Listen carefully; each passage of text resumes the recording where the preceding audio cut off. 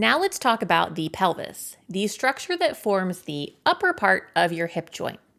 Your pelvis isn't one solid bone. It's actually made up of 3 bones on each side that fuse together as you grow: the ilium, the ischium, and the pubis.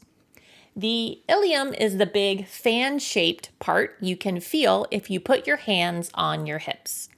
The ischium is the back part that you sit on, and it forms the lower back portion of the pelvis.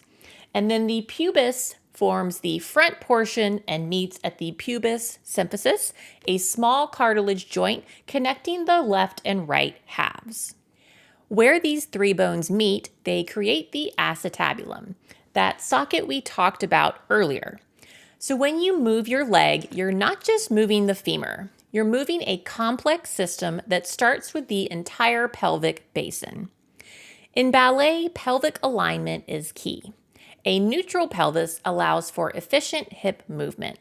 Tilt too far forward, and we call that anterior tilt, and your turnout muscles have to overwork. Tilt too far back or tuck, and you'll lose stability and range.